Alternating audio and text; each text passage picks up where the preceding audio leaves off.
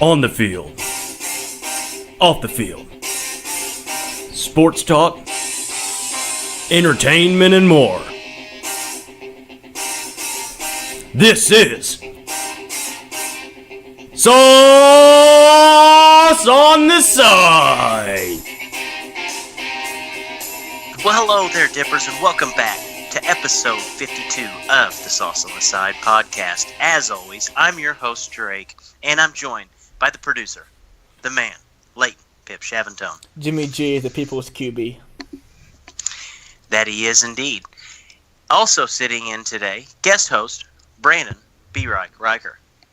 Alicia might be the best businessman of our lifetime. Move over, Jeff Bezos. There's a new sheriff in town.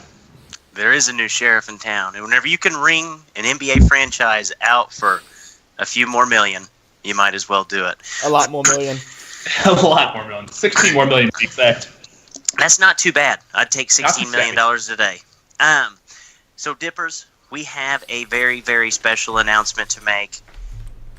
We set a goal for August to get 10,000 listens in a single month.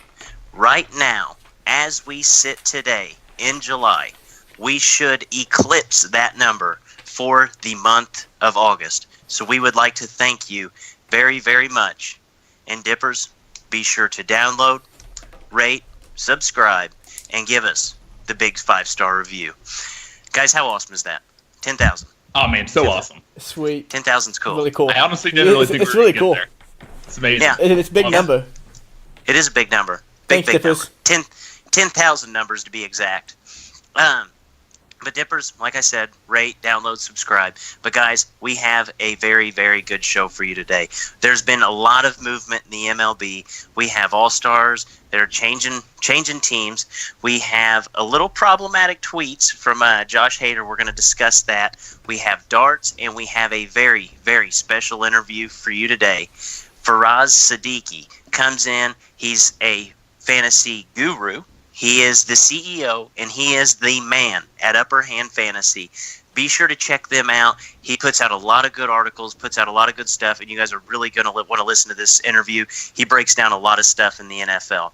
Also, we will have the beginning of our fantasy ranking series. This is where we're going to go through quarterbacks this week, give you the top 10, and we'll go position by position for the next few weeks. That way we can kind of not overload you with football, but kind of smooth you in right into the NFL season. But guys, I mentioned it earlier, we have an all-star on the move, and Manny Machado is heading to the Dodgers for 5 prospects. B-Rock, we'll start off with you first because Leighton and I chipped in on the Ducks on the Pond. But do you think that this makes the Dodgers the favorite in the NL West?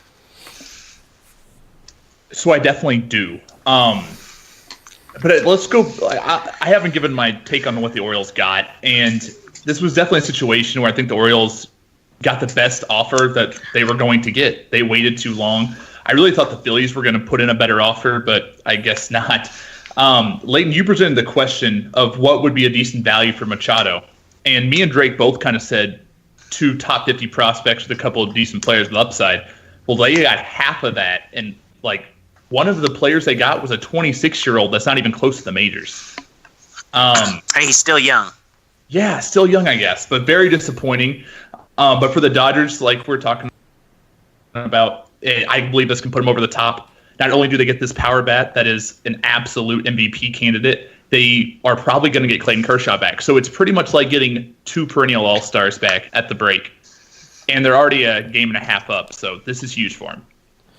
Yeah, that's what it's huge. People from Ducks in the Pond know all season I picked the Giants to win the NL West. I sadly had to come off that take yesterday because there's just no way they can expect the Dodgers have, one of the top 10 players in all baseball. But yeah, Ben said it, though. They just waited way too long to trade him. Way too long. They knew they couldn't re-sign him. I don't know why they were thinking that the price tag would be higher than midway point than at the beginning of the season where teams get a whole year out of him than just 60-some-odd games in the playoffs. See, I don't necessarily agree with that. Do you think that they actually got a legit offer from somebody else that was better than this earlier on in the season? I say last offseason they probably got some way better offers. I think they probably did before this time. I I would almost disagree with that, because if you look at Machado, like, his stock has never been higher. Like, at the beginning of the season, if you drew out a stat line that you thought Machado was going to have this season, it probably wouldn't be close to what it is now. Like, he is playing as good as baseball as Manny Machado could. Like, this is like a career year for this guy. So I feel like his stock is as high as it's going to get. And you know that the Orioles knew that they weren't going to be able to compete this year. I think that this offer that they got was the best possible offer that somebody was trying to give to them.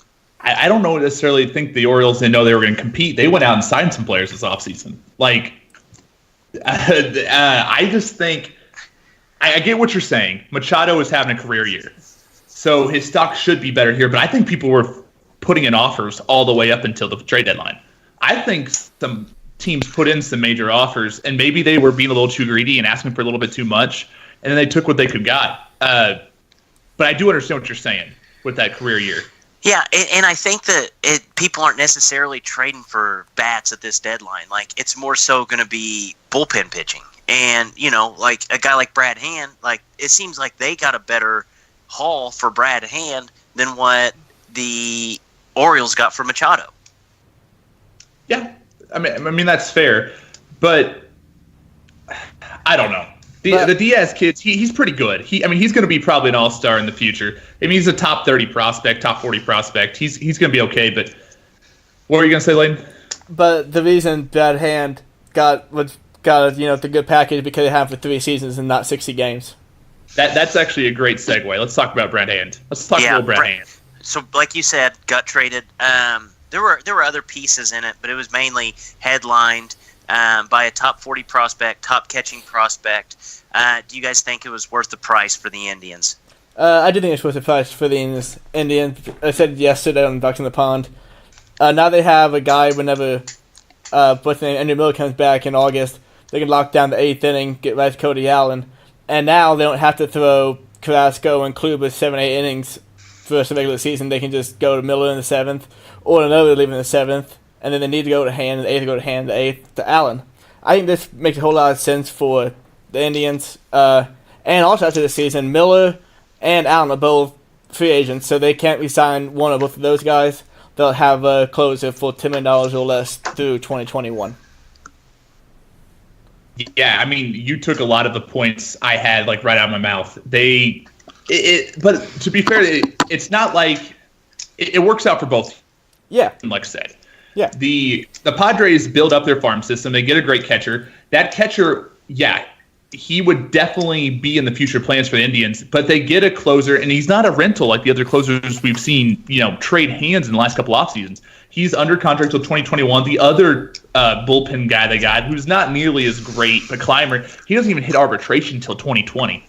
So when you have they're not going to re-sign both Miller and Allen.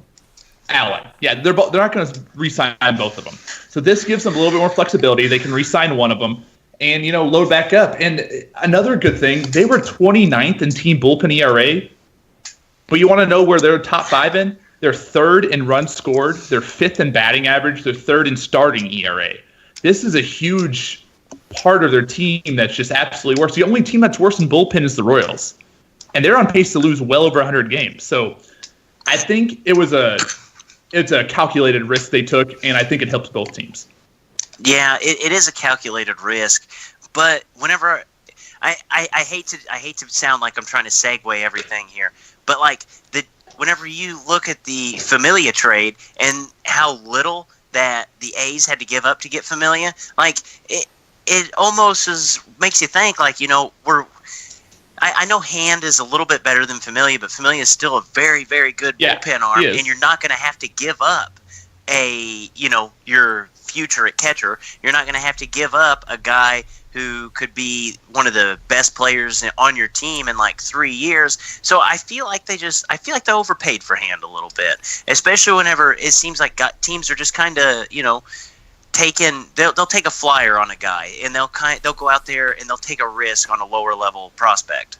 Yeah, I just think that really the whole thing is the team control is a huge, huge, huge part of this. 2021 for Hand, and the Clymer doesn't even hit it till 2020 for arbitration. I feel like the reason there's a big gap between him and Familia.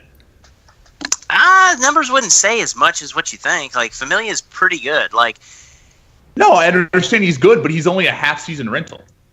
Yeah, but I don't know. I don't know. The whole thing with Hand that's the biggest thing I think me later trying to say. I think with Hand here's my last thing. Do you think the Indians win the World Series this year?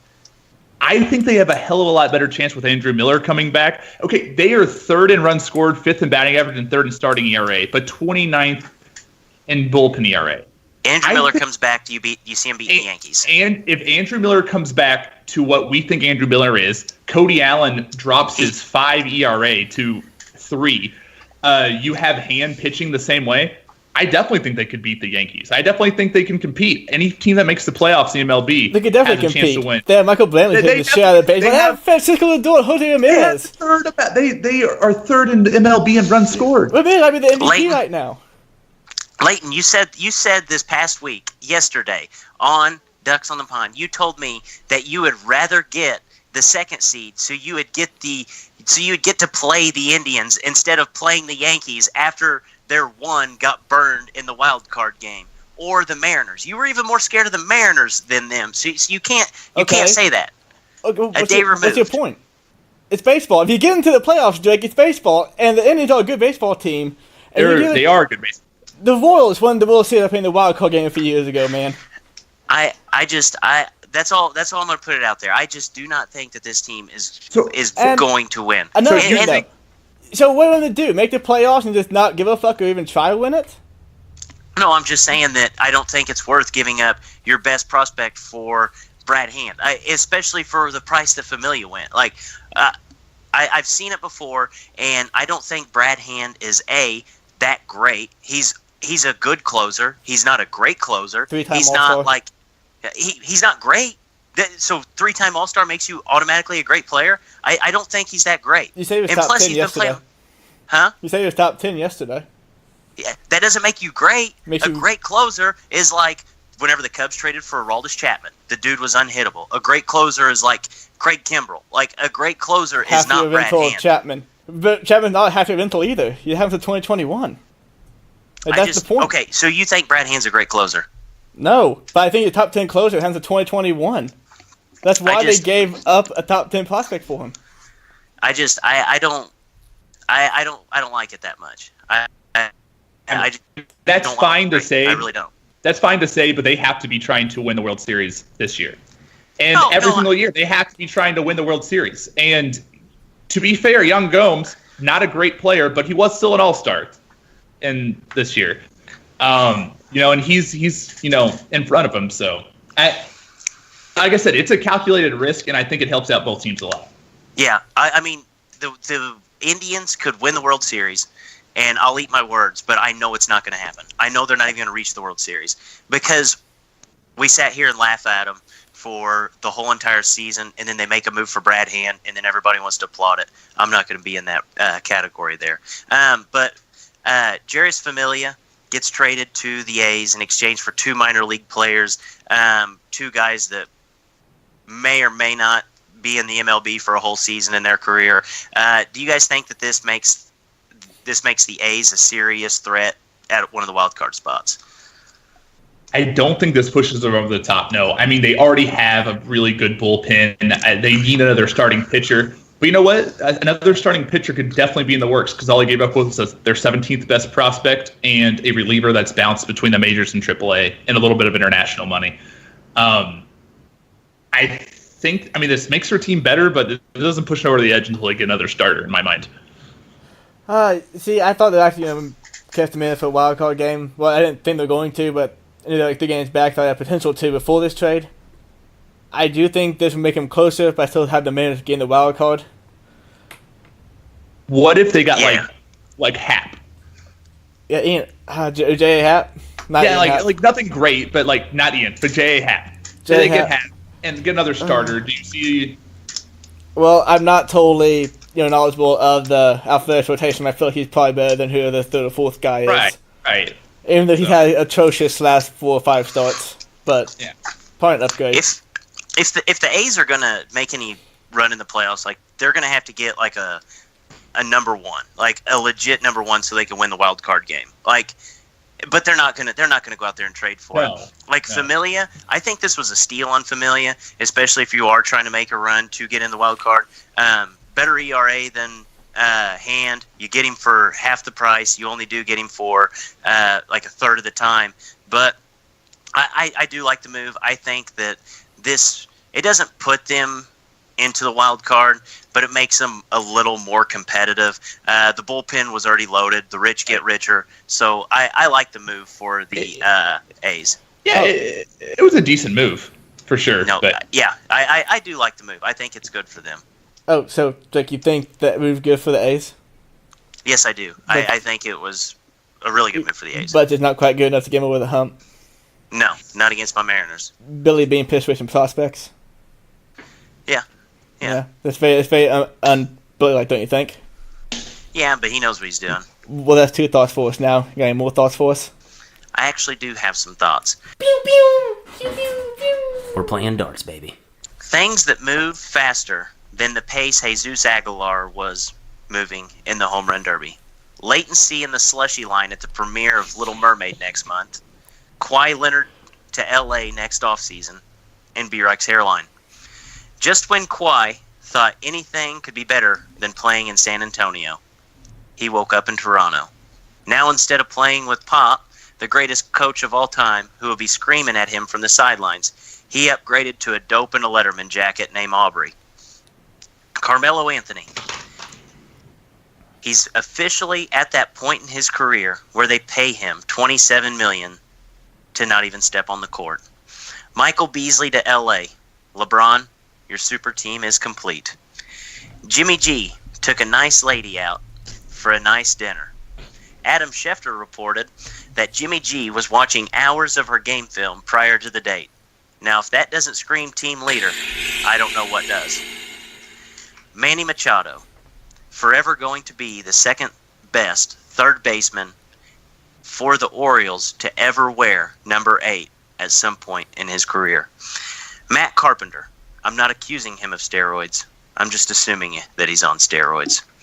Matt Carpenter, greatest Cardinal since the turn of the century. And there's a new book out this week. It's titled The Story of CTE as a Result of Football. It is a fiction novel, and it was written by Larry Fedora. And those have been my thoughts. So we're going to transition to another part of the show here. This is one of our segments. Every time we have Brandon on, we get after this one. So the way that this works, it's called Be Right, the Hot Take Detective. I will come up with a take, and Brandon will tell me if I'm right or wrong. I believe the only reason Brandon watches sports is so he can prove me wrong about certain opinions. And I'll go through one at a time. I have 3 today, and Brandon will tell me if I'm right with my take or if I'm wrong with my take. So, first one up. If the Browns are able to, we'll wax that. We'll just say my take: Tyrod Taylor, top 10 quarterback in fantasy. So when you originally presented this question to me, I kind of thought you were crazy. I did look back. Your immediate reaction was actually, "Oh Lord, all right." That actually is a direct quote from my text. I really thought you were full of it because a lot of times, let's be honest, you were full of a lot of things. But he has put up some good top takes. 10. But he has put up some top 10 per game seasons in I believe 2015 and 2016. Yeah. 2015 was the last time you really had a true number 1 wide receiver, Sammy Watkins at the time, and he did put up some really impressive numbers. But I really think he's going to be right outside the top 10. I think there's a couple of other players coming in.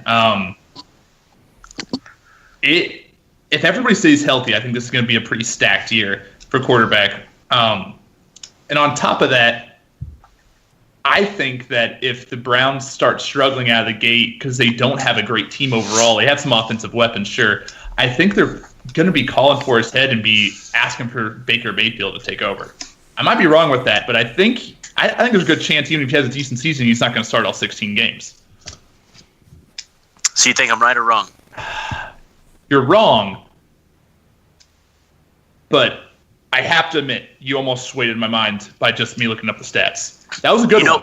You know Browns fans are going to be completely complacent with going 500.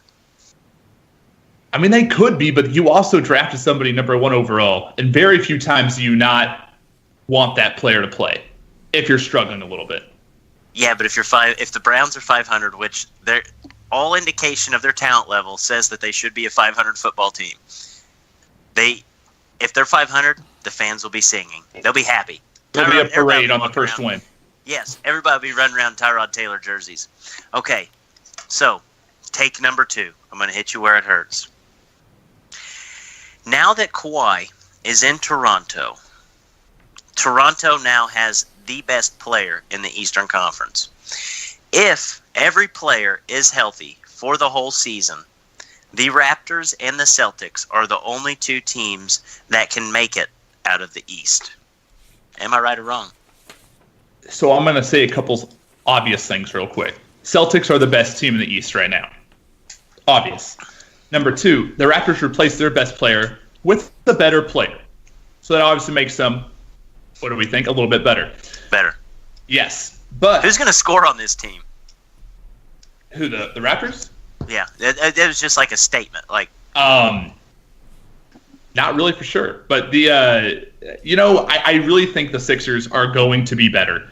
Like I said, it's not like they really added to their already good team. They traded an all-star for a little bit better of an all-star. I think that the Sixers are a better team all in all. I look at their starting 5 and compare the two. Really, the only place that they're winning at is small forward, Kawhi Leonard. I think that Ben Simmons is a better point guard than Kyle Lowry. I think that they obviously have a better center in Joel Embiid than Valanciunas. And I think Ibaka Saric, for me, is kind of a toss-up. Saric's a little bit better offensively. Ibaka's a little bit better defensively. But I think their bench is better. And you have Fultz coming back, and supposedly... What, you think the 76ers bench is better? Oh, yeah. Yes, I do. Oh, no. Then Van Fleet, C.J. Miles, Sarkam, OJ. The Raptors had the number 1 bench unit in the whole entire NBA last year. Like, almost every metric. I promise. It was like a plus minus. I promise. Okay. Well, then I might be wrong there, but Fultz coming back, they might have this. If Fultz comes back, they have the best. They have the best player on both bench units. I agree with you. Combine those together. Fultz is what they think he is. Yes, and supposedly Fultz has a shot back. Says an unknown source. So, Fultz last year, without being able to score from 2 feet and beyond out, he still was able to get 7 points a game. He can score the ball. I think the 76ers are definitely still outclassing him. So do you think that there is a third team that can make it out of the East? What's that? You think there is a third team that can make it out of the East? I'm wrong. Well, the Sixers are better than the Raptors, and they can make it out of the East. Okay, so I'm wrong. You are wrong on that one. Okay. And my third and final. Manny Machado joining the Dodgers makes them the clear front runner in the West, and the LA Dodgers will win the division by at least 5.5 games. We'll go 6 because it can't win on a half because everybody will play even number. They'll go 6, win by 6. Well, the Dodgers are a game and a half up now. They added Manny Machado, which is an MVP candidate. They'll be adding Clayton Kershaw, which is an MVP candidate, Cy Young candidate. I don't even think this is really a hot take. Obviously, the Dodgers are going to win, and they'll probably win by 5. Wow. Okay. I don't think it's a hot take. Okay. I'm actually surprised. Okay, because 5 games is a pretty good win. It's a pretty good win, but they're already a game and a half up, and they are going to be adding basically 2 perennial All-Stars. Okay. To their team in the second half. I can live with that. All right. So we're going to talk a little fantasy football, and we're going to talk a little bit about our boy Jimmy G. But before we get to any of this, guys, I told you earlier that we have an interview. It's with Faraz Siddiqi. He is the fantasy wizard. He is the man at Upper Hand Fantasy. So, guys, I hope you enjoy this interview. Okay, Dippers, today we have a very, very special guest for you. It is the owner, CEO, fantasy wizard, whatever you want to call him, Faraz Siddiqi. He is the man at Upper Hand Fantasy. Welcome to the kennel. Hey guys, how's it going? Appreciate you having me. We appreciate you coming on. So go ahead and tell the Dippers that are listening what exactly Upper Hand Fantasy is, and how can our listeners find you? Yeah, for sure. So there's a website called upperhandfantasy.com. You can go there for a bunch of blog posts, articles. I try to get one out per day, so you can kind of get updated on a daily basis. You can find me. I think I'm biggest on Instagram actually.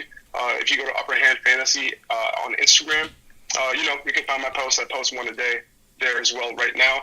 During the season, I'm going to continue my podcast that I had during last season.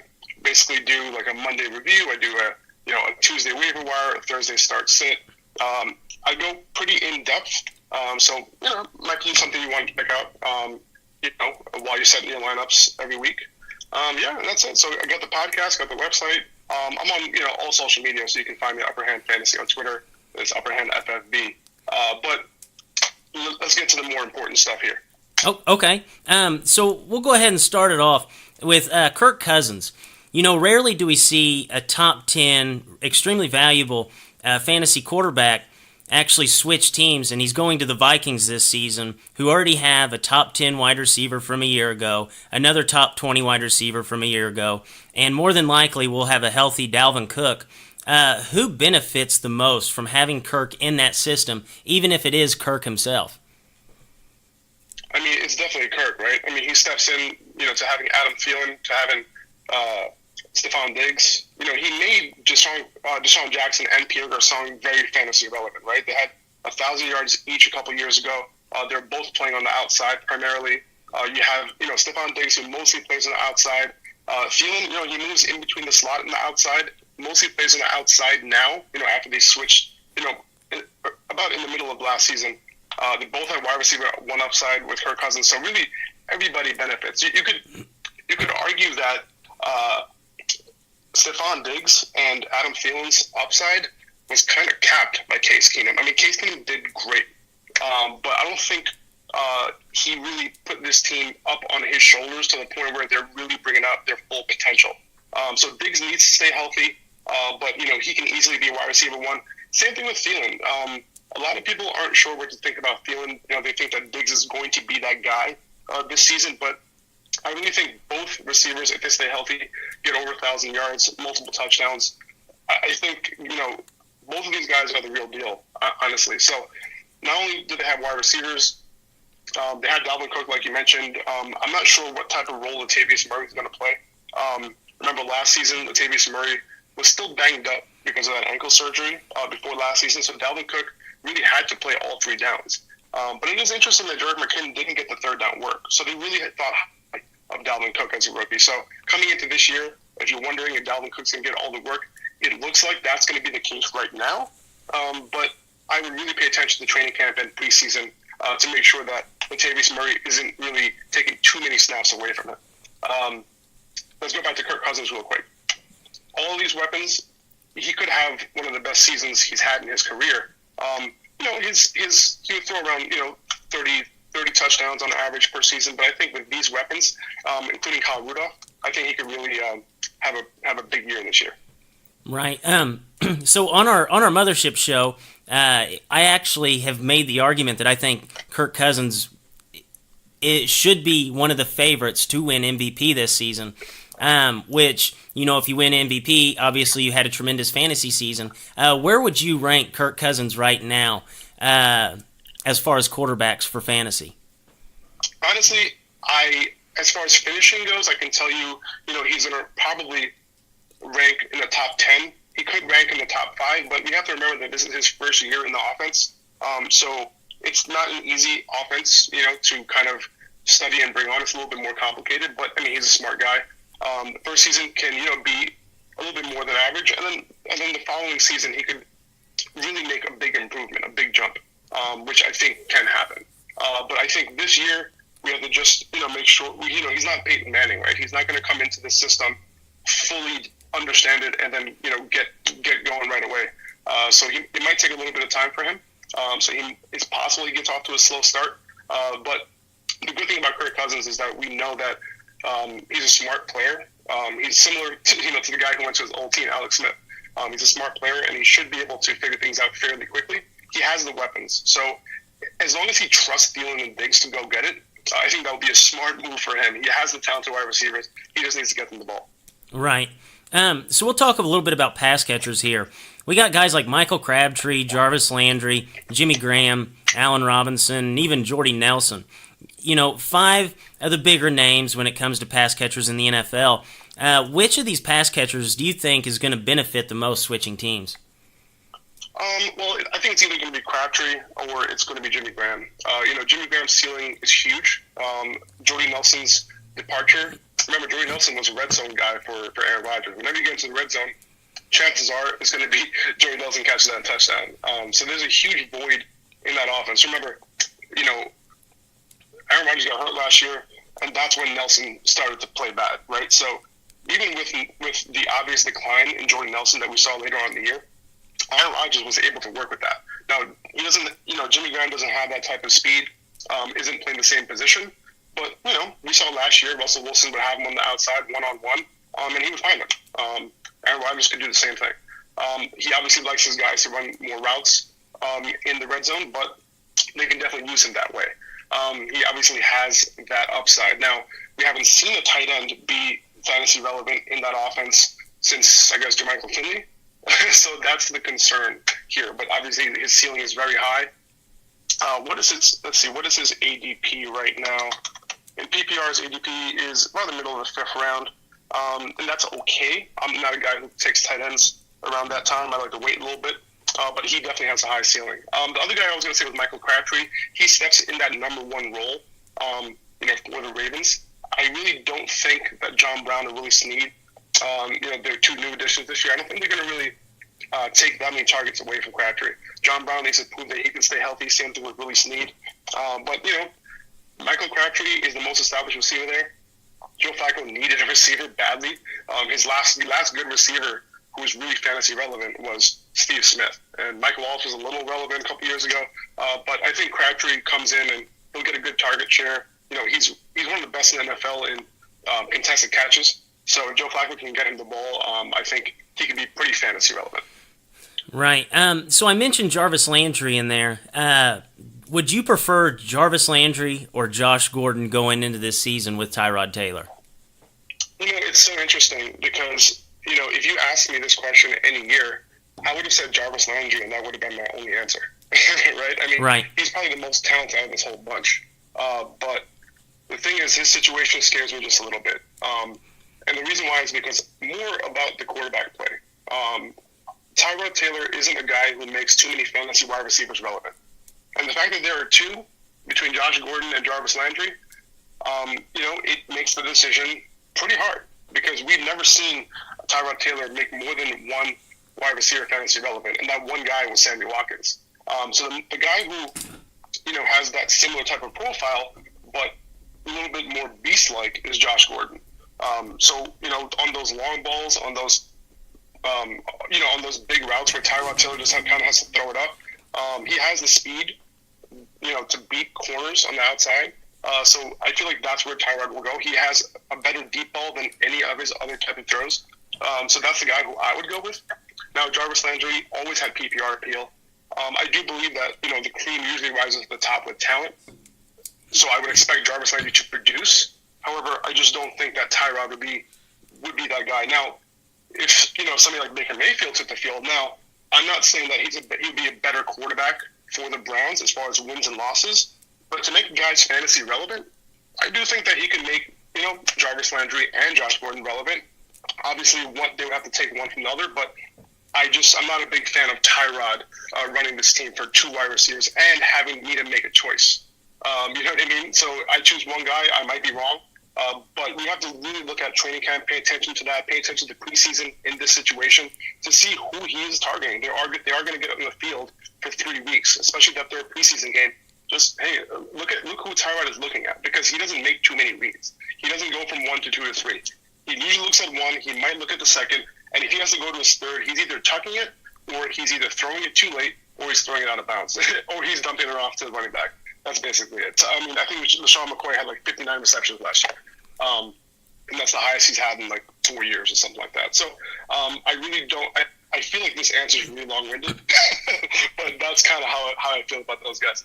Yeah, no, but I feel like whenever you're talking about Tyrod's receivers, you can't just give a short answer on it, because you look out like Marquise Goodwin and Robert Woods, how they immediately exploded as soon as they left the system with Tyrod. Absolutely right. So that's exactly, and that's always my point too. I always bring those two guys up because as soon as they left their team, they become fantasy relevant. How did that happen?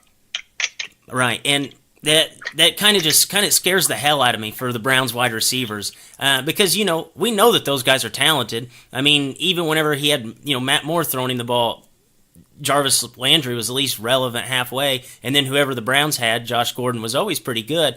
Do you think we'll ever see that 1,600-yard guy back from Josh Gordon? Hey, he has a talent. I mean, on the film last year, he showed that he's still talented. He can still, get open. He's still about 6-7 inches taller than any cornerback in the league. So I really do think that he can get back to that form. If he has a gunslinger, if he has a guy who's willing to get him the ball, if there's a guy who's giving him 130 targets a game, he can get that 1,500 yards. He can get that 1,600 yards. He's that special. So he does have that upside. If I were to choose right now, I would go Josh Gordon. But honestly, if you want a guy in the later rounds who's a little safer, I think David Njoku will make a pretty big impact in the second year. He didn't run that many routes his first year, but he's a great pass catcher that should go up this year. And we saw that Tyrod has always loved his tight end, no matter who he had. So that's someone I would kind of keep an eye on in the later rounds. Yeah, I actually love that. I think David Njoku actually is set up for a breakout year this season, because Tyrod's the kind of guy who does get the ball to the tight ends. So we'll switch gears here and talk a little bit about running backs. So last year we had 4 running backs in the top 10. Kamara, Kareem, Fournette, McCaffrey. Are you worried about a sophomore slump from any of these guys? No, I'm not. But I don't expect Alvin Kamara to maintain his efficiency he had. I mean, he had a historic season. Yeah, it'd almost be impossible. For him to have another historic season, where he's being drafted right now, amongst workhorse running backs who are getting 300, 350 touches per year, I'm not going there in the first round, especially in non-PPR leagues. I mean, I'm looking at his ADP in non-PPR leagues. It's in the middle of the round. I mean, oh, wow. He's not going to get 200 carries this year. Well, he might because of those 4 games that Ingram is missing, but he's not going to be a workhorse when Ingram comes back. That worked too well last year for them not to use them the same way. And for Kamara to come out and average 6 yards per carry again, and then to get the yards per reception that he got, along with all those touchdowns, is simply unsustainable. So I'm personally staying away from Kamara just because of his ADP. Yeah, I agree with you there, actually. So this year, we have another really, really good class of fantasy running backs, at least on paper and what we saw in college. Saquon Barkley, Rashad Penny, Sony Michel, Nick Chubb, they kind of highlighted the class of 2018. What rookie running back do you like the most? Outside of Saquon, I'm assuming? Yeah, we'll go outside of Saquon just because he's obviously going to be in the first round of every draft. Yes. So, a guy like Penny, there's a little bit of concern with him as far as him being a 3-down back, but the Seahawks have called him one. Now, he might be capable of all 3 downs in their eyes, but will he play all 3 downs in their eyes is another question. So we have to keep an eye on that situation. Now, if he's given that 3-down role, he becomes very valuable where he's being drafted. In full PPR leagues, he is going in the middle of the 4th round. You're not going to get anybody close to a 3-down back at that spot. The last guy is LaShawn McCoy, and we know that he dropped. You have Joe Mixon, who's still not a 3-down guy. Jerick McKinnon at 209 is probably, at the end of the 2nd round, is probably the last guy who's playing on all 3 downs. So keep an eye on him. Obviously, his price will increase if we know that to be true. Sony Michel, he's interesting. He's very interesting. I actually have to look into him a little bit more, but his upside in that offense is pretty high. A lot of people compare him to someone, a type of role that Deion Lewis could play. He could be that hybrid out of the backfield. And a lot of people are comparing him to Alvin Kamara, which I don't like the comparison just because we wouldn't be comparing him to Kamara if Kamara didn't do what he did last year. He just basically what people are saying what people are mean when they say that is that Alvin Kamara can run and he can catch. Same thing with Sonny Michael. He can do both. So I do look at his upside. I'm just worried about those three guys in the backfield. Burkhead and White. Stealing some work as well. So that's the only thing I'm concerned about with him. But he does have Deion Lewis type of upside. Right. So you didn't really touch on Saquon. Do you think that he's going to be worth that first-round pick? I do, and that's because workhorse running backs, 3-down running backs are just rare to come by. With the amount of talent that he has coming out of college, I do think that if he plays all 3 downs, I don't think I can take him past the first round. I mean, there really isn't anybody who can run the ball and catch the ball like him after that spot. I might take a guy like Melvin Gordon over him, but other than that, I don't think I'm going to take Kareem Hunt or Fournette or Cook over him. If I know that Cook is going to get that full 3-down role, I might bump Cook up a little bit into that first round, just because of how good I think that offense will be. But the Giants' offensive line is okay. They have good receivers. They have a good tight end. Their offense should step up a little bit. I'm obviously concerned with Eli Manning. He's been underperforming with what he's given.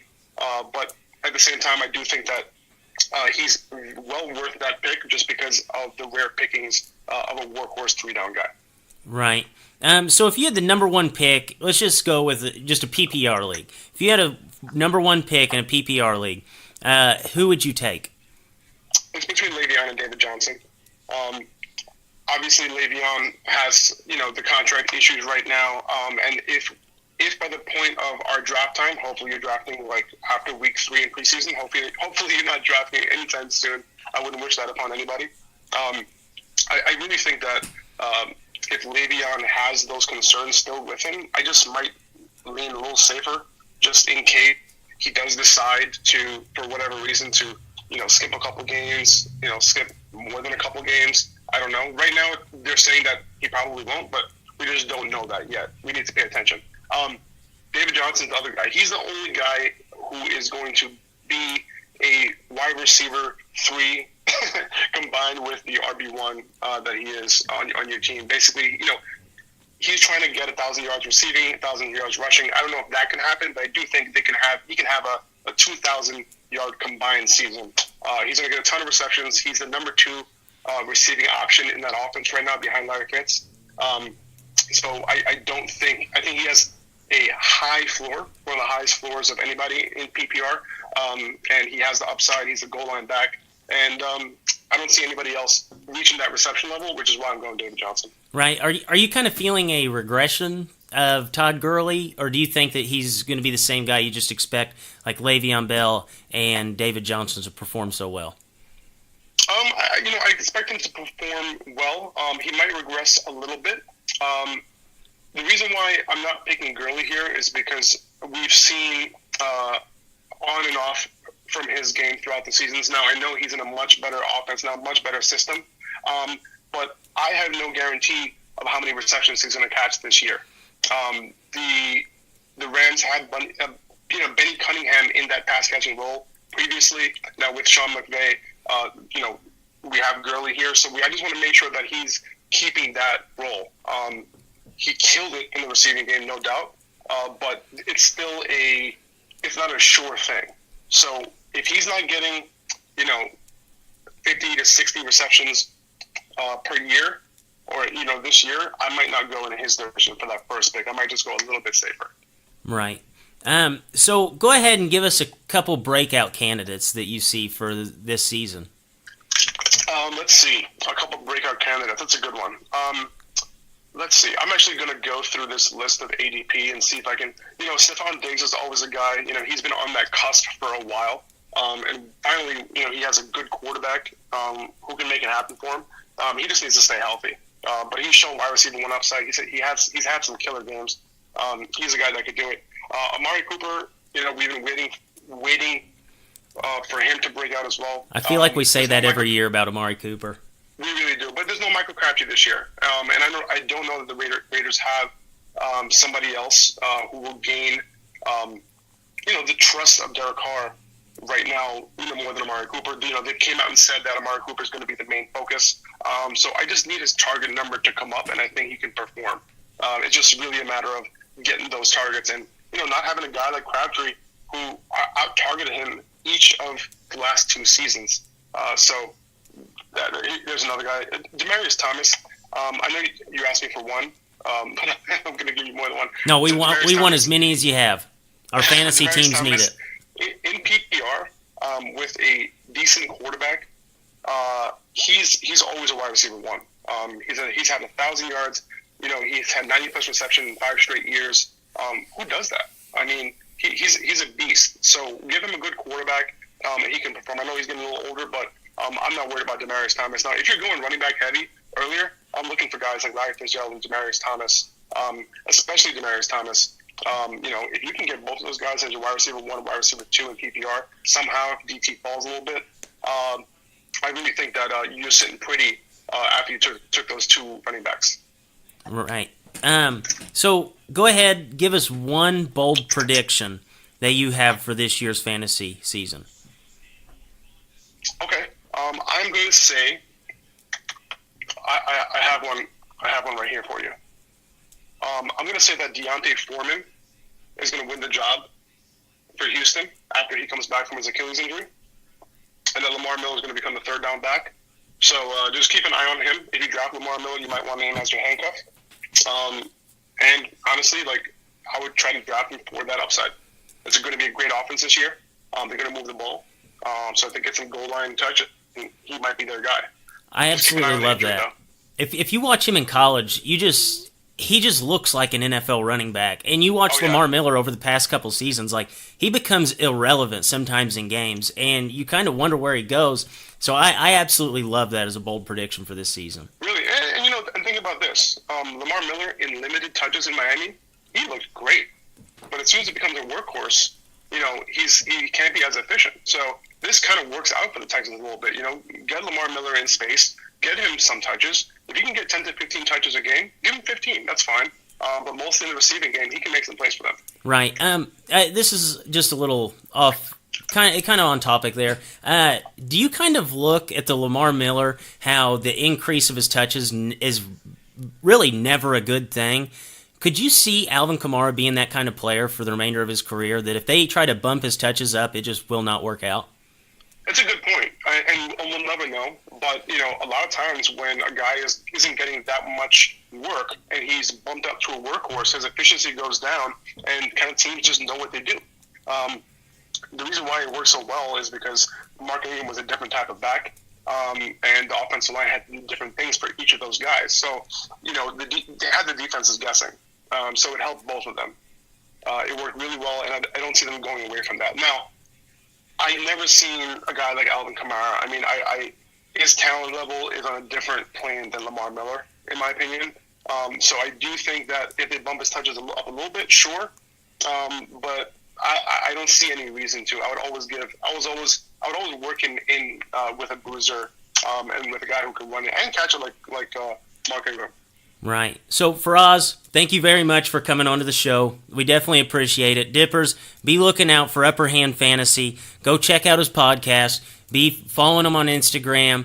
Definitely check out his website. We appreciated having you on, and we will have you back on in the future. Thank you very much. Yeah, man, I really appreciate you having me. This was really fun, and you're a pretty good interviewer, I guess. Thanks. Hey, I'm going to throw my shoulder out of place trying to pat myself on the back after that one. You should. I appreciate it, man. Thank you very much. All right, guys. So, talked about it a second ago. Jimmy G spotted on a date with, adult film star Kiara Mia this past week. Guys, this a good or a bad look, or does it even really say anything to you about Jimmy G or San Francisco? First off, some stats to know Kiara Mia.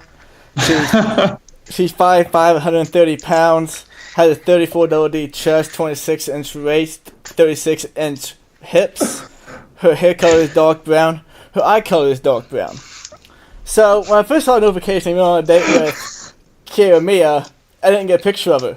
And I didn't know who she was, so I thought, oh, okay, it's probably some, super tiny girl who looks like she's 18 years old, because I don't watch that shit. I don't know the names of all those girls that look super young. And I was like, alright, Jimmy, But then I, look her up, and she's a bodacious woman. Like, for double D, 36... She's clearly a porn star when you look at her. There's nothing else. 36 inch hips. And good job, Jimmy. I was proud, because, watching porn is all about watching the girls have sex that you don't get to have sex with. So, now the question in my mind is, what kind of porn does Jimmy G watch? Or is Jimmy G just out of the porn game altogether at this point? I don't know. Jimmy G, I was kind of surprised like you were. Whenever I got the notification, I'd never seen one of these films in my life, didn't know who the girl was. So I open it up and I take a peep, and, good job, Jimmy G. Good job. And it's not that big of a deal. Like, everybody's, freaking out. Like, I actually texted Leighton, and I wanted to know if he could take 5 girls on a date, who would they be? And he made it into, this big ordeal. I was like, I just never thought about it. That'll take me hours to come up with. Takes a lot of thought. It's not that hard. I asked him for his top 10 quarterbacks for the fantasy season this year. Boom, 30 seconds later, I get a text back. But whenever I'm like, okay, if you could take 5 girls on a day, who would you go with? Because I was trying to prove a point, Yeah. And it just, it is what it is. I think the guy who posted the Josh Hader tweets and archived them was actually the same guy that was hiding in the bushes following Jimmy G around all night trying to figure out where he's going. Yeah, all I was going to say is he's an attractive young single man with a lot of money. He can do whatever the hell he wants. I don't care. Actually, if he was my quarterback, I'd be more upset if he was going after with a known crazy girl that he was actually in a serious dating relationship with, like Jessica Simpson with Tony Romo. That scenario would scare me more. I want my quarterback to either be married with a family or single and ready to mingle. Yeah. Do you guys, seriously, how much hell is he going to catch from the linemen this week? A ton of hell, but probably a lot, but it's awesome. It's guys talking about, it's guys talking like guys do. It's awesome. Yeah, no, it is, and it's going to be, it's funny, and it's going to be, lighthearted, but those linemen are going to be, all over him. And I think it's going to be, I wish I was in the locker room for the first time that Jimmy G comes back in, because I think that would be the best, 2 minutes of action. So, we'll get to our fantasy rankings here. Jimmy G might be making an appearance back in this second half of the football segment. So, guys, we'll do top 10 quarterbacks of the 2018 NFL season. And Leighton C., you kick us off. At 1, I have Aaron Rodgers. At 2, I have Carson Wentz. At 3, I have Russell Wilson. At 4, I have Tom Brady. At 5, I have Cam Newton. At 6, I have Drew Brees. At 7, I have Kirk Cousins. At 8, I have Deshaun Watson. At 9, I have Matthew Stafford. And at 10, I have Phillip Rivers. Okay. Well, I'll go ahead and list mine off. A couple similarities, a couple differences. I got number 1, Aaron Rodgers. 2, Russell Wilson. 3, Carson Wentz. 4, Tom Brady. 5, Cam Newton. 6, Kirk Cousins. 7, Watson. 8, Andrew Luck, saying he can throw a forward pass. Hopefully he can. Hey, he's throwing an NFL-sized football now. Woohoo! And his player is healthy on Madden. Therefore, he is fine. 9, Phillip Rivers, and 10, Jimmy G, the legend himself. Yep. So mine, I think it's pretty standard that everybody's going to have Aaron Rodgers at number 1. Number 2, I have Russell Wilson. Number 3, Andrew Luck. You're looking at Andrew Luck. I'm just going to throw this stat out here. 2012, since he became into the league, he was 9th in fantasy, 4th in fantasy, 2nd in fantasy. He was 28th in fantasy in 15, but he only played 7 games. If he would have played his 16-game average, he would have been the number 1 quarterback overall. And that was even in Cam Newton's fantasy MVP season, where he was getting all those rushing touchdowns. And then in 2016, he was number 4, only played 15 games. Andrew Luck, if he's healthy, he's an elite quarterback. He's great, and he's going to be very, very viable for fantasy. Number 4, my guy from last year that I said would be number 2 ended up as number, or that I said would be number 1 ended up as number 2. Cam Newton. Number 5, Kirk Cousins. Number 6, Tom Brady. Number 7, Tyrod Taylor. I said earlier in the hot takes that he was going to be a top 10 guy. 2 years ago, when his team actually believed in him, he was 8th overall as far as quarterbacks go, and he did play 16 games. But then the following season, he averaged per game, he was the 6th best quarterback. And right now, you have to think that this guy is 3,000 passing yards, 500 rushing yards, 20 passing touchdowns, 5 rushing touchdowns. So honestly, he's a pretty mediocre running back, but he happens to play quarterback. Plus, you add that in the fact that he plays with Josh Gordon, Jarvis Landry, Corey Coleman, and the team's going to be an offensive powerhouse. Should be. I know it's the Browns. I know the uniform has a stigma, but I think he's going to be good enough to be the 7th best quarterback in fantasy. Drew Brees, it's not a knock against Drew Brees that he's 8. They're going to be relying on the run game. Had Ingram been able to play all season, didn't have the suspension, he'd be lucky to be in my top 10. Number 9, I have Big Ben. Big ups, big downs from Big Ben. You kind of got to live with the bad, but the good days will be great for Big Ben. I have him at 9, and at 10, I actually have Carson Wentz. So a couple things that stuck out to me. Do you guys think Carson Wentz is going to repeat from last year? Well, I don't know if he's necessarily going to repeat, but he was like the number 1 fantasy quarterback before he went down. I think there's a very good chance he's going to be still a top 5 quarterback, and to my opinion, he's going to be top 3. And Leighton had him pretty high too, I'm pretty sure. So. Yeah, I'm at 2, and yeah, like you said, like there's no way he repeats the touchdown to completion pass attempt. But this system does that a lot too, because looking at Nick Foles, regular season and playoffs combined, he had 1 touchdown every 12 completions, and 1 touchdown every 8 attempts. And so that's only like 3 more passes than Carson. So Doug Peterson's offensive system does just get a lot of passing touchdowns. Right. And so I'm not worried about the touchdowns coming. Will they come at the insane clip of like 8 per completion, 8 per attempt, whatever it was? No, but I'm not too worried about Carson Wentz. Yeah, see, I'm a little worried just for the fact that he's coming off the knee injury. Some of the stats that were really mind-blowing for Carson Wentz. So Carson Wentz, his completion percentage was actually 25th in the NFL. He was tied with Blake Bortles. He was completing passes at a 60% clip. His touchdown percentage was 7.5. So every 100 passes that Carson Wentz was throwing, he was completing 5 touchdown passes, which is absolutely insane. There has only been 4 other guys that I could find since like 2009 that have done that, and that was Tony Romo in 2014. His completion percentage was 70%. Foles in 13, his completion percentage was 64%. Manning in 13, his completion percentage was 68%, and Rodgers in 2011, his was 68%. So like all these quarterbacks were completing passes at a higher rate than Carson Wentz. They were a lot more efficient with their passes than Carson Wentz. Carson Wentz just happened to get lucky and get touchdowns. I know that people are going to say, it's a product of the offense, but every 100 passes you're throwing 7 touchdowns. That is absolutely ridiculous. And his his interception percentage was also ridiculously low this year. It was 1.6, so every 100 passes that he threw 1.6 interceptions. That was the 6th lowest in the NFL. And of those guys in the top 6, only he, Jared Goff, and Tyrod Taylor are the only guys who did not complete 66% of their passes. And I 100% believe that Goff is a system guy and that Tyrod Taylor is going to get most of his value from his legs. So his completion percentage was higher in year 1 to year 2. I think that he's getting really, really fortunate of where he's throwing bad passes at last year. And I don't know.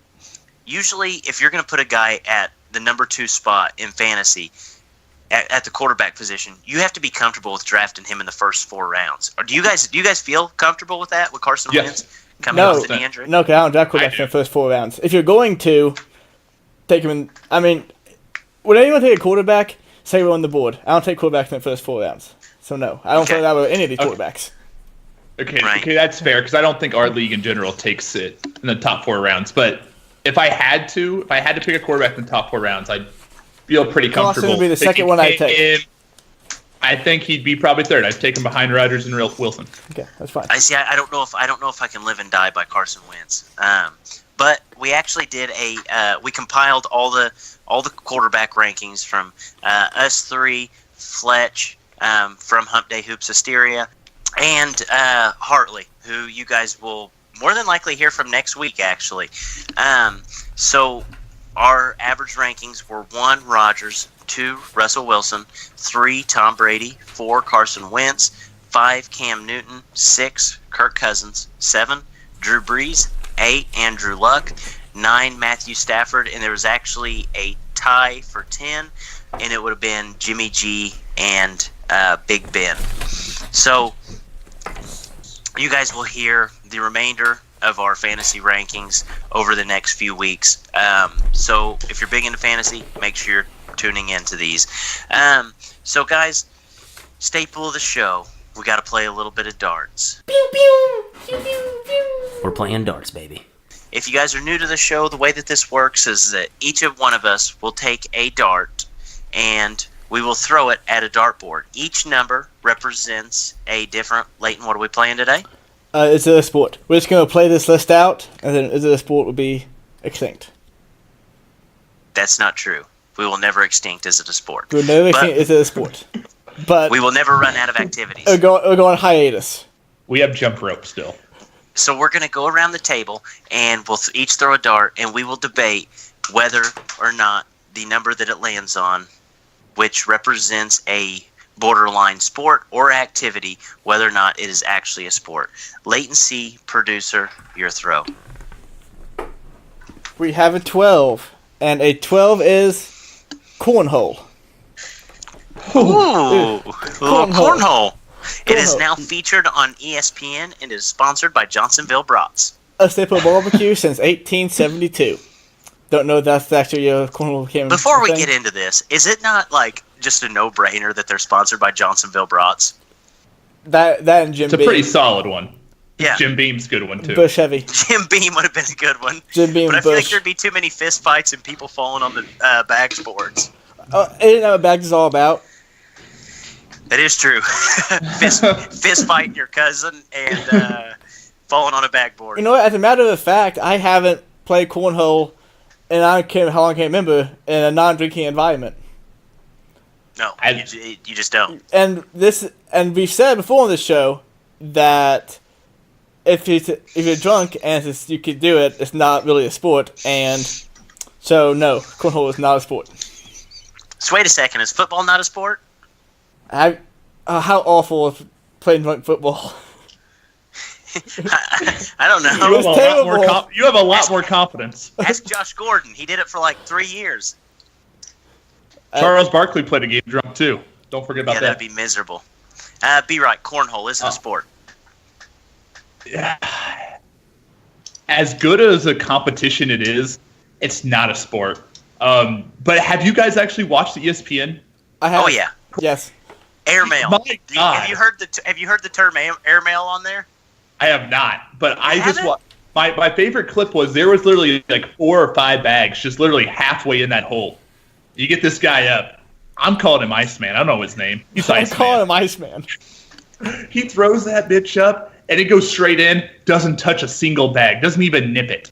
I'm gonna guess that his name was either Jim or Tommy. Maybe, but like a lot of sports we've talked about, like pool, like bocce ball, a lot of skill involved. It's a very fun game, but it is not a sport. Yeah, I agree with you 100%. I don't think I remember.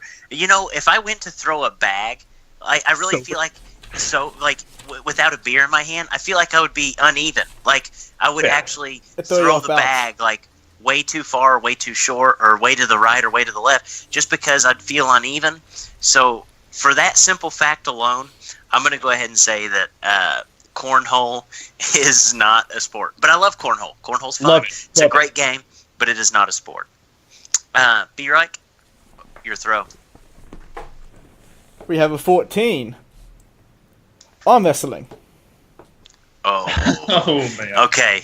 Here we This go. is a good one. Good one. So we talked about thumb wrestling Yes, we a did. couple shows ago, and I always go back to Todd Zilla. Can't get over And if- Todzilla. And for you guys that weren't listening a couple weeks ago, Todd Zilla is pretty much the The best baddest man alive. arm wrestler that's ever existed in professional Just say it, arm Brandon. The baddest man alive. He is the baddest man alive. Absolutely. So as opposed to thumb wrestling, this does take a certain amount of physical ability. You have to have some leverage with your arm. You have to have a little bit of strength. A little bit of guessing that's- strength. A little bit of strength in the elbow. Like it's not all just strength. I don't think every guy that's lifting that has a huge deadlift or bench press is going to be the great. Todd Zilla can't out bench press everybody in the world, but he can out arm wrestle about anybody in the world. Yeah, It's a that's special 'cause he's the strength. goat. It's a skill. You know what? Screw it. Going with the sport. I agree, 100%. Arm wrestling takes endurance, it takes strength, it takes stamina, and it takes skill. Arm wrestling There is a hands. skill. Yes, absolute skill. You can lose to a guy who looks like a little string bean, goofy guy if he knows how to do the little wrist spin trick. And if you guys have never watched an arm wrestling event, you need to. Best thing you'll ever watch. I remember the morning after my 21st birthday, us three and Fletch were all laid up in a hotel Oh, room. yeah. We were in a bad way that morning, but the way that we got through that was watching arm wrestling. That's where we learned about Todzilla. That's how we found out he's the GOAT. He's the only guy to ever win a tournament right-handed and left-handed, and he was the only guy who had both. You get a sledgehammer for winning this thing. It's like Thor's hammer. Like Thor's hammer. And yes, and if you do that and you have a hammer like a Thor hammer as your trophy, you got to be a sport. You got to be a sport. Absolutely, arm wrestling sport. Yeah, Lane making a sweep. yeah. I was thinking back to that time I arm wrestled. It was actually against B, like at a bar here in town. I lost. Jake, do you want to tell me how that went? Leighton won. And Unanimous decision. And what it called me like after? I can't remember. It called me a bitch. Probably started with a B. Yep. Yeah, that's what I would have guessed. It's a if I had sport. to guess. It's a sport. Just Yeah. It is a sport. So the only reason you're saying it's a sport is so you can tell Brayden you're better at a sport than him. I'm in multiple sports than beat better than this. Okay. Well, that's debatable, but we'll go on. And our last throw.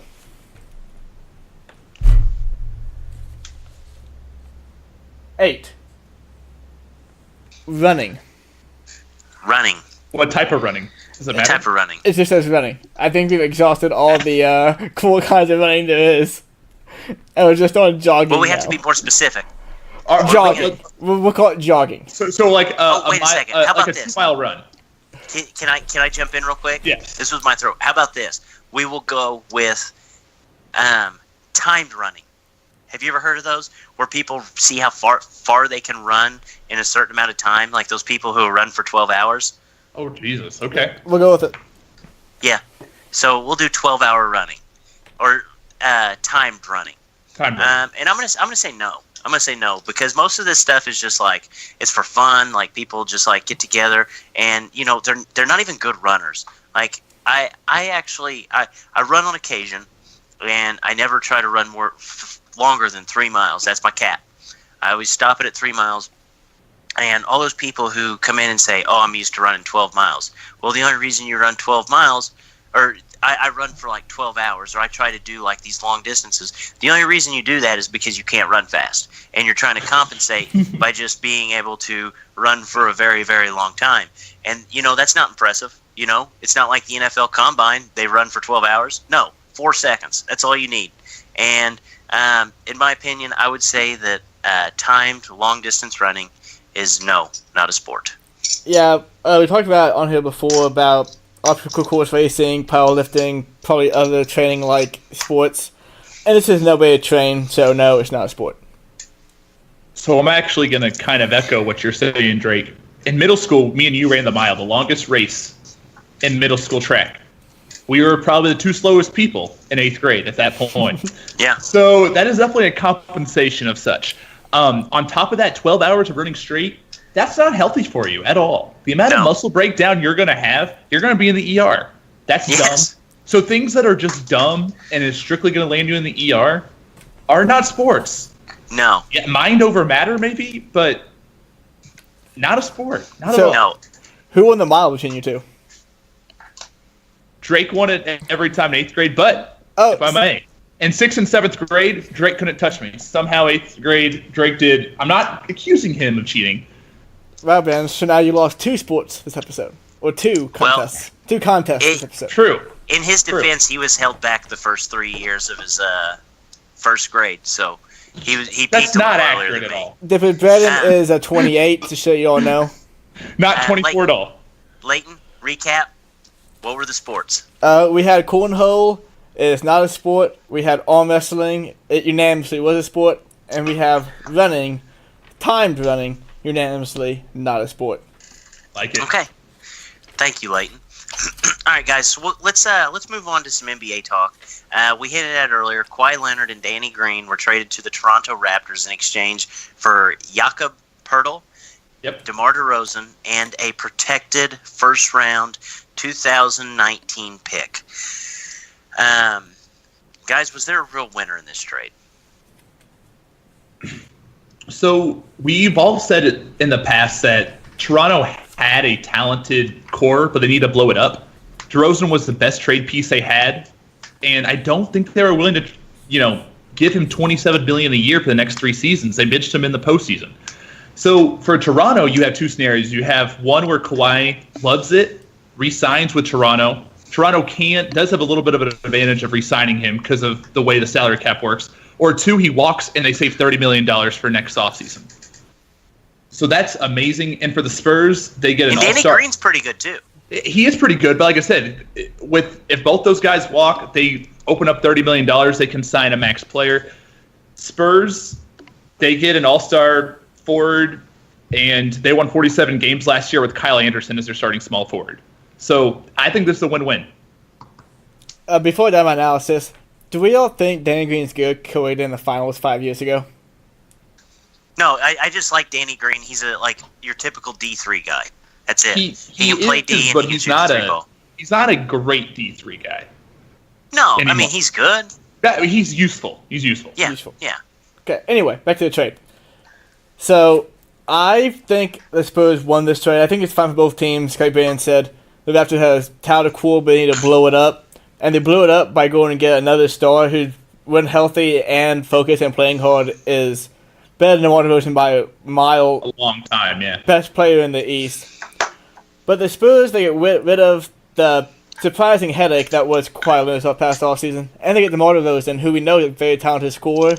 And maybe Pop can get in and play some defense. And every player that goes to the Spurs can just get 3 to 4 times better. 3 to 4 times better than they were previously. So DeMar DeRozan might be a sneaky MVP pick. Ooh. No, that is true. I kind of like that. Because everybody gets better playing for Pop. That's true. But I don't think there's an actual loser, and I don't think that there's an actual winner. Each team got what they needed.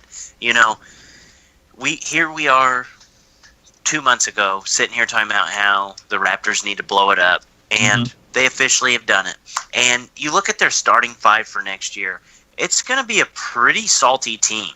You have Kyle Lowry, Danny Green. I don't know if he's going to be starting, if they're going to go with CJ Miles. And then you have Kawhi, Serge Ibaka, and then Valanciunas. That's a pretty good starting 5. It's up there, top 3 in the East for sure. I like it a lot. You get Kawhi Leonard. If Kawhi loves it and he stays there, it would be huge for them. I think, though, the Raptors would never do this trade if Paul George had not re-signed with the Oklahoma City Thunder. I don't know if they would have never done it, but I definitely think it gave him a little bit of confidence. And like we talked about, how the salary cap works out, no other team can sign him past 4 years. The Raptors can sign him to a 5-year deal, and they can add a few $1 million onto the contract. Yeah. Gives you a lot of financial stability. Did you hear Did you hear about what Kawhi did during the All-Star game last season? Or during the All-Star break last season in Toronto? Never left his hotel. He hates the cold. I don't think that anyway he signs in Toronto. No. I don't know if he will or not, but this is one of those times that you have to strike when the iron's hot. This gives him the best chance to win a title. Kyle Lowry, his time is ticking away. He's not going to be good for anything or for much longer. If Kawhi walks, guess what you can do? You can trade Kyle Lowry. You can move him, get you some assets, and basically no harm, no foul. And I like this move for both teams. I think that the Spurs got the best possible offer they could, and I think that Toronto kind of got a steal. You know what I'm saying? Like, I don't think that they ripped the Spurs off, but they kind of got a steal. They got a top 5, top 6 NBA player for DeMar DeRozan and a first-round pick. So, I like it. So, where does this put the Raptors in your eyes? Pecking order for this season, where do you see them getting ousted this year? If Kawhi Leonard is 100% all in and focused and playing out the whole season, I think they're the second best team in the Eastern Conference. So getting the Eastern Conference Finals, I guess. Like you just heard on my hot take, I think they're the third best team in the East. Top 6, 7 team in the NBA. 6 maybe. I think they're going to lose in the conference semifinals. I think they're going to get beat by the Celtics. I think the Celtics are going to be a little bit of a wagon. I think the Celtics are going to probably. I think the Celtics are realistically going to give the Warriors a run for their money this season. You do? Mm-hmm. I love that. I hope so. I think this is going to be fun. Yeah. But I think they're the second best team. I think they're just a notch above the 76ers, but it definitely helps the Raptors out a lot. Where do you guys think the Spurs are going to land? Give me the seed first, like where you think this moves them to, and then where do you think that they're going to get ousted in the playoffs? Because they'll be a playoff team. They have Pop as their coach. Us three could start, and they'd be a playoff team. I think they're number 3 seed. They were a couple wins away from that last year, and I think they get ousted second round of the playoffs. I think they'll be a 4 or 5 seed, and I can go to second round of the playoffs. I agree with that. Yeah, I think that they're going to be a 3 seed. I like Houston. I like Golden State a little more, and I think they're going to be out in the second round. So I think this will make the Spurs kind of fun to watch, though, this year. And Kawhi goes to a boring town, so it'll fit him well. Hey, so maybe Toronto supposedly has the best adult entertainment in the world. Oh, so what you're saying is that Jimmy G might try to buy a little stock in the Raptors. I'm just saying, if there's ever a team in Toronto, an NFL team in Toronto, they might have finished a quarterback on their hands. He may be going to the CFL. I'm surprised he didn't sign there. He just up for a deal last year. So maybe the oddest move of this offseason, I'm going to assume that you guys agree because this was completely bizarre. So Melo gets traded to the Hawks right before we thought Melo was just going to get cut. He gets traded to the Hawks with a 2022 first round pick for Dennis Schroeder and Mike Muscala.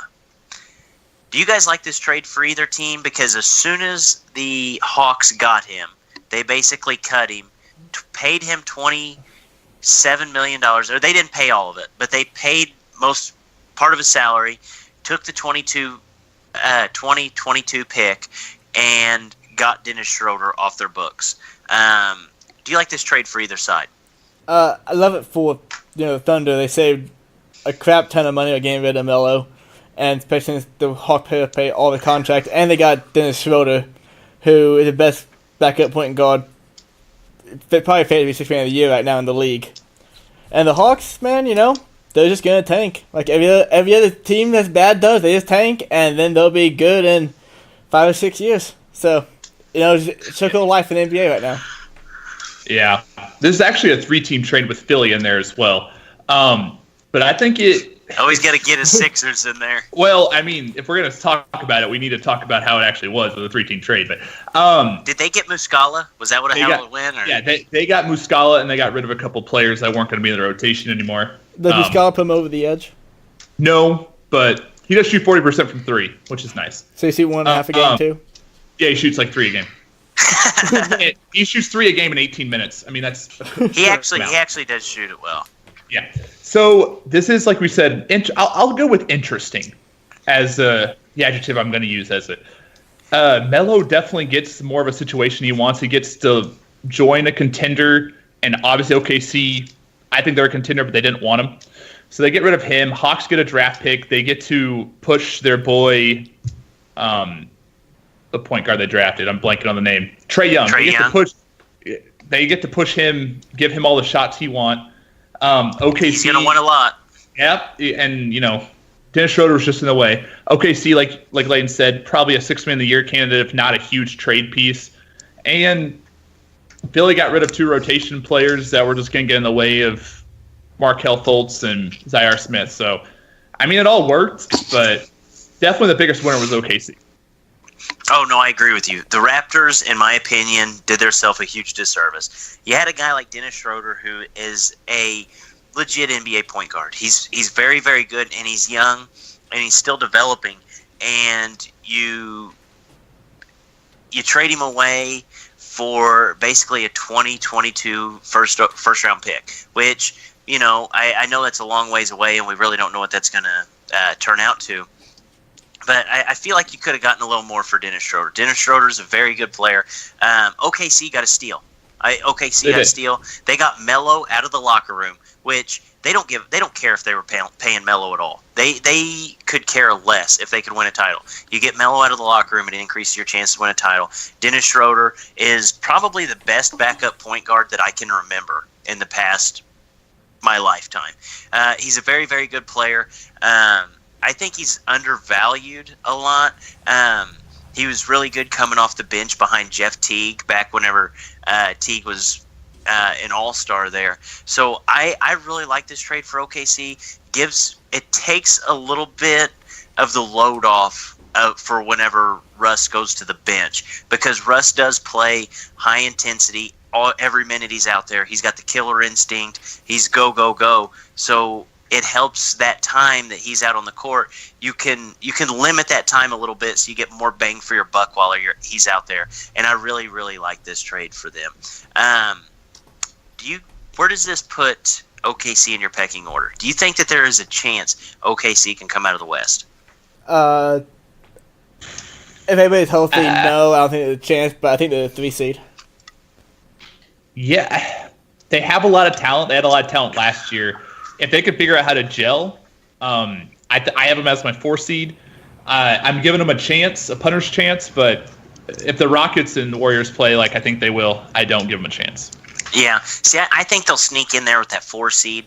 The Spurs seem to always be kicking off all cylinders at the beginning of the season.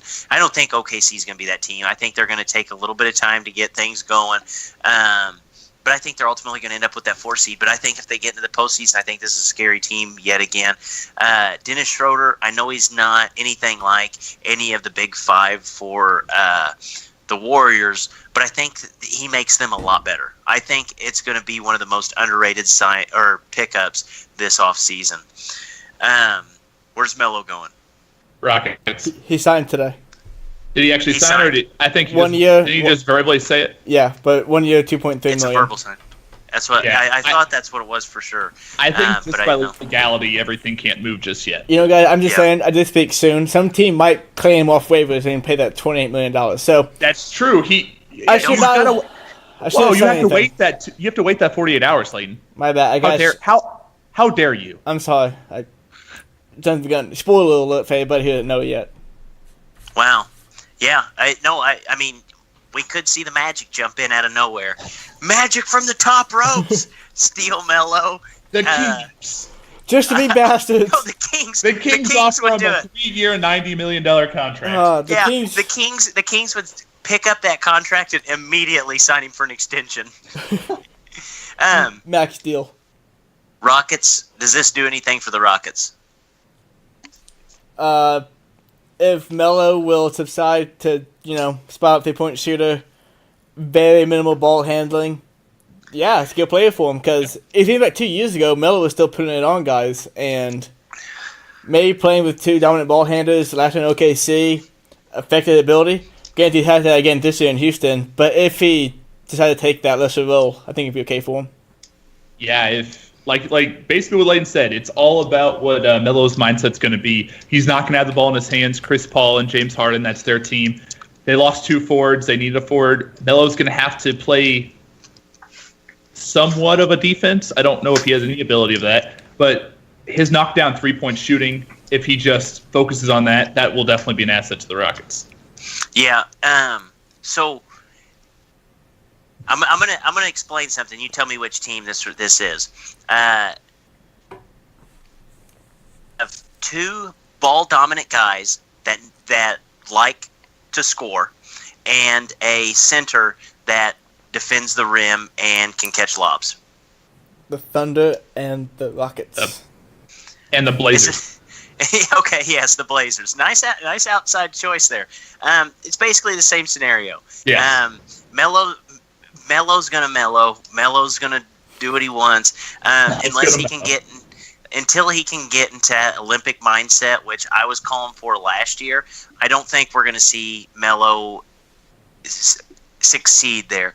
I think we're gonna know in the first month of whether or not this experiment's gonna work out. But if he doesn't come off the bench, he's not doing himself a service. Melo needs to be coming off the bench in order to be fully effective, and I don't know if he's going to want to do that.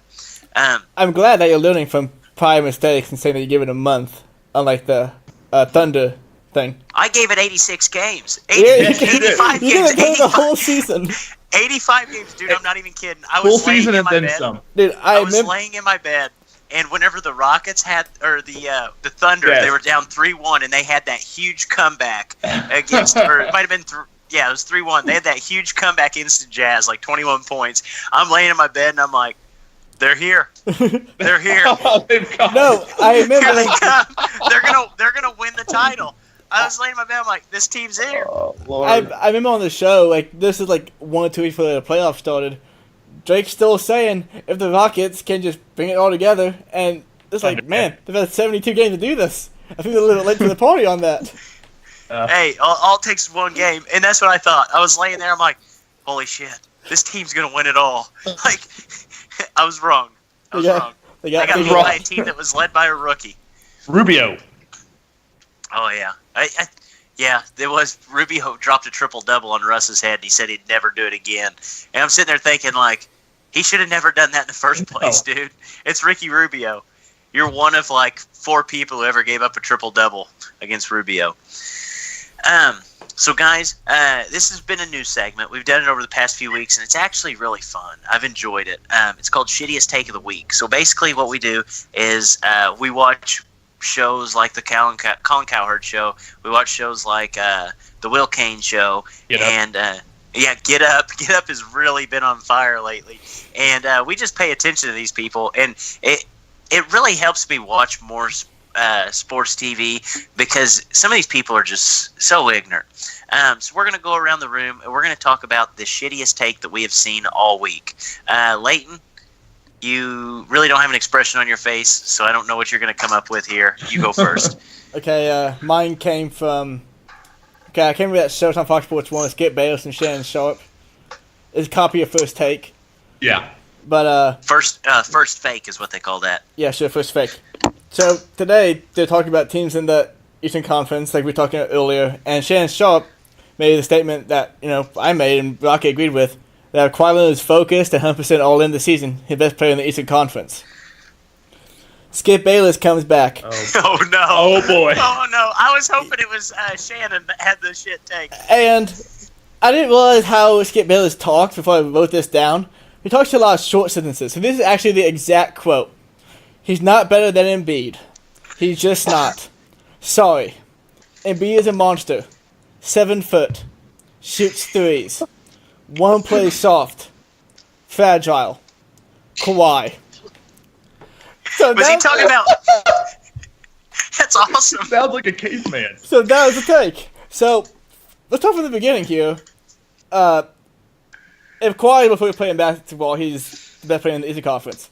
Yes, by far. Secondly, yes, Embiid is 7 foot tall. He can also shoot threes, but so can Brook Lopez. Yes, that's what I was getting ready to say. I didn't know if he was talking about Embiid or Brook Lopez. I don't think Kawhi's ever played soft whenever he's been, focused on playing basketball. And you can call Kawhi fragile at this point, but I don't think you can do that when you're paying him to drill Embiid. I didn't even realize that was the funny part of the whole thing. Oh, that was awful. I love it. But yeah, no, that's how Skip Bayless talks, in case anybody ever listened to him talk. A lot of one-word sentences. That's great. B-Reich, I don't know if you're going to be able to top that one, but go ahead and try. That's ridiculous. So, real quick, College Football Media Days was last week, and I got a short quote and a long quote. First quote, Mike Gundy. Kids today would rather be inside watching TV or playing Fortnite than farming. No shit, Mike Gundy. Fedora had several quotes. His first one was, I fear the game will get pushed so far to one extreme that you won't recognize the game in 10 years. If it gets to that point, I believe our country goes down too. Fedora, our country is not that linked in with football. Fedora then followed that up with, I asked the general what makes our military superior to others in the world. The general said, that's easy.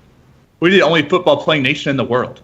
Most of our troops grew up playing the game. The lessons they learned from the game make us who we are. Quick fact check. The U.S. spends $578.8 billion a year on the military. The next closest country, you may ask? China, with $160 billion. I think that has more to do than playing football. But let's humor Fedora real quick. Countries with high school football/club teams. Mexico, Canada, Japan, Germany, Sweden, Austria. 47 countries play organized American football and have an international presence in the game. In fact, there is one academy football program in Mexico that plays about 2 to 3 games against Texas high school teams a year. None of their militaries are we scared of. Then a reporter asks, what about rugby playing countries? Fedora says, I don't know about rugby. I just know they don't wear helmets. Fedora then follows this all up with, I don't think it's been proven that the game of football causes CTE. The next statement he says, I do believe repeated blows to the head can cause CTE, though. I don't know what he thinks football is, but repeated blows to the head. And then he said, somebody was like, quoted all these studies. He's like, I believe some studies and some I don't. That's why they do studies, I guess. Fedora, there was a recent study done at Boston University where 100 of 111 NFL players had signs of CTE. But causation is not facts. I love Larry Fedora's comments, dude. It reminds me of you remember Mike Leach whenever he got fired from Texas Tech for locking a guy in the equipment shed? He's like, hey, he has a concussion. Go make sure he doesn't see the light of day. Make sure he doesn't fall asleep. No shit. Mike, these are just total football guys. And I don't think Larry, no matter what you give Larry Fedora, Larry Fedora could be suffering from signs of CTE, and he would never even, he wouldn't blame it on football. It wouldn't be football's fault. He'd say, well, I headbutted a wall whenever I was 7, and that's why I have it. Guys like that are never going to change. To the head. Repeated blows to the head cause CTE. I don't know about football, though. Yeah. What exactly is football, Mr. Fedora? Can you imagine the parents, whenever this dude comes rolling into their house from now on, they're like, sir, are you going to take care of my son? And he's going to be like, oh, yeah. He'll be all right. That's a leader of men right there. Oh, Lord. I love that. You guys ready for my take? I can't wait. It's pretty good. I'm very excited about it. So I'm going to just preface by, this is no political opinion. This is no politics involved. I'm just going to tell you the sheer facts. Okay. So remember that, our president Donald Trump has a flair for Stormy Daniels. Okay, just remember that whenever I go on to this. Britt McHenry, who the same day of tweeting some snippets from Fox News and snippets about Donnie Trumpets. She tweeted, Jimmy Garoppolo is the franchise quarterback of a prominent NFL team. He should have more values and class than parading a porn star in LA. Slam me for saying that, but guarantee someone in his camp said the same thing. Okay. This was the same tweet of the tweet very happy about our boy Donnie Trump.